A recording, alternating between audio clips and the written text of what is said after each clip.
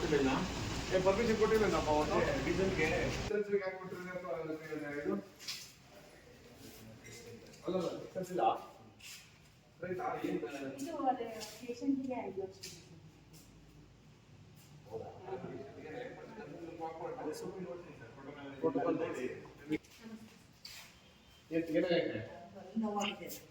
Rental ಇದಾರ ಇವತ್ತು ಏನು ಕೊಟ್ರಿ ರೈತರಿಗೆ ಕೊಟ್ಟ ಏನಾಗೈತಪ್ಪ ಎಲ್ಲಿ ಯಾರು ಮೇಲೆ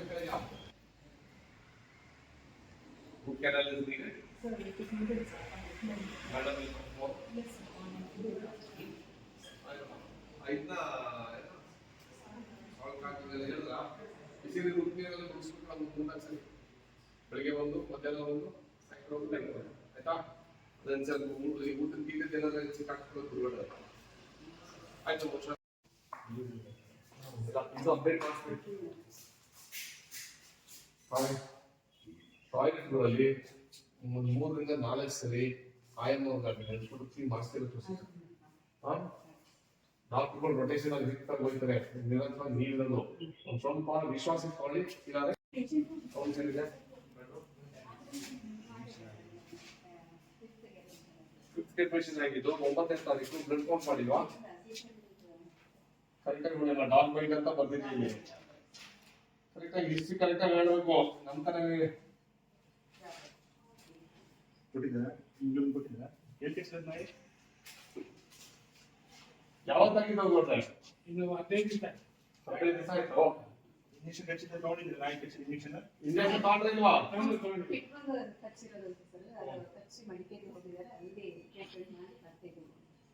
ಸರಿ ನಾವು ಕಂಪ್ಲೇಂಟ್ಸ್ ಆಫ್ ಡಿಸ್ಚಾರ್ಜ್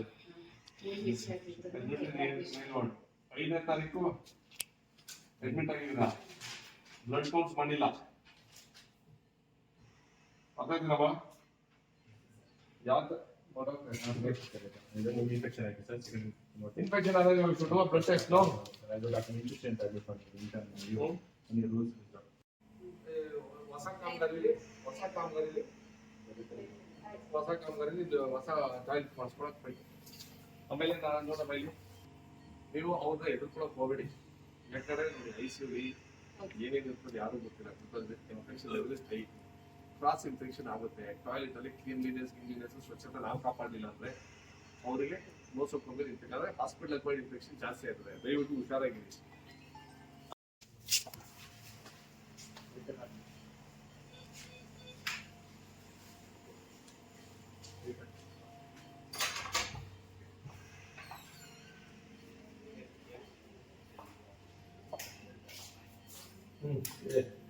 ಅವನ ಏಜೆನ್ಸಿ ಅವನಲ್ಲ ಅಮೌಂಟ್ ಎಲ್ಲ ಚೇಂಜ್ ಮಾಡ್ತೀವಿ ಆಯ್ತಾ ಸರ್ ಒಂದ್ಸಲ ಡೌನ್ ಆಗಿ ಫಸ್ಟ್ ಮಾಡಿದಾಗ ನೀರು ಬರ್ಬೇಕಾದ್ರೆ ಸರ್ ಇದು ಮತ್ತೆ ಹೇಳಿ ಮತ್ತೆ ರೀಯಿಂದ ಮಾಡಿದ್ರು ಇದನ್ನ ಹೆಂಗ್ ನಿಮ್ಮ ಎಸ್ಟಿಮೇಟ್ ಅಲ್ಲಿ ಇದೆಯಲ್ಲ ನಾನು ಈಗ ಒಂದು 5-6 ಲಕ್ಷ ಇಟ್ಕೊಂಡು ಈ ಟಾಯ್ಲೆಟ್ ಅಪ್ಗ್ರೇಡ್ ಮಾಡಿಸಬೇಕು ಡಾಕ್ಟರ್ ಹೊಸ ಇದು ಅಮೌಂಟ್ ಏನೇನು ಬೇಕು ಮೇಲ್ಗೆ 2 ಫೀಮೇಲ್ಗೆ 2 ಇದೆರಡು ಮುಂದೆ ಮಾಡೋಣ ಫೀಮೇಲ್ ಮೇಲೆ ಮಾಡೋಣ ಕಾಮನ್ ಅಲ್ವಾ ಎರಡು ಟಾಯ್ಲೆಟ್ ಮಾಡ್ಬಿಟ್ಟು ಮೇಲ್ ಫೀಮೇಲ್ ಅಂತ ಹಾಕ್ಬಿಟ್ಟು ಅರ್ಥ ಆಯ್ತಾ ಇಮಿಡಿಯೇಟ್ ಆಗಿ ಆಗಷ್ಟೇ ಒಂದು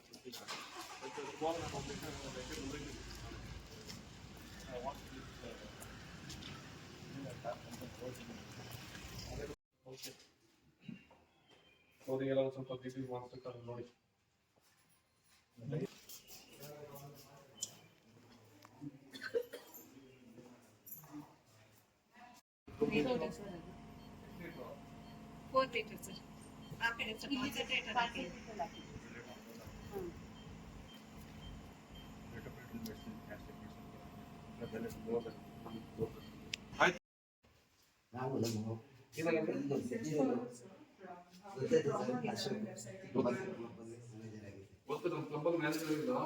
ಏನಾಯ್ತು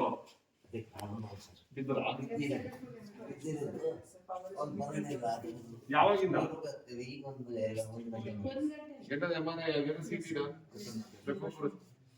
BP ಎಷ್ಟಿದೆ ಕೊಡ್ರೆ ಕ್ರಾನಿಕ್ ಹೈಪರ್ಟೆನ್ಷನ್ ಡಯಾಬಿಟಿಸ್ ಇದೆಯಾ ಶುಗರ್ ಇದೆಯಾ ಸ್ವಚ್ಛತೆ ಅಂತೂ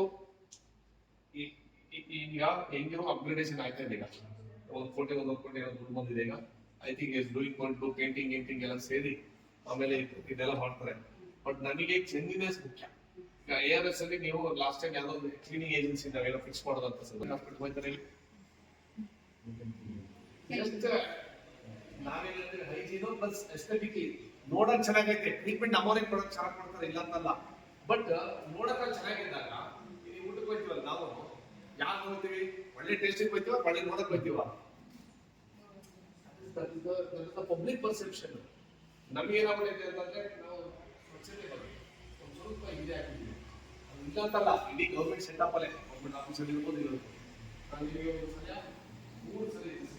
ಬೆಳಿಗ್ಗೆ ಒಂದು ಮಧ್ಯಾಹ್ನ ಒಂದು ಸಾಯಂಕಾಲ ಒಂದ್ಸಲಿ ನೀವು ಕ್ಲೀನಿಂಗ್ ಮಾಡಿಸ್ತಿರುತ್ತೆ, ಎಸ್ಪೆಷಲಿ ಟಾಯ್ಲೆಟ್ಸ್. ಅದು ಎಲ್ಲ ನಾಳೆ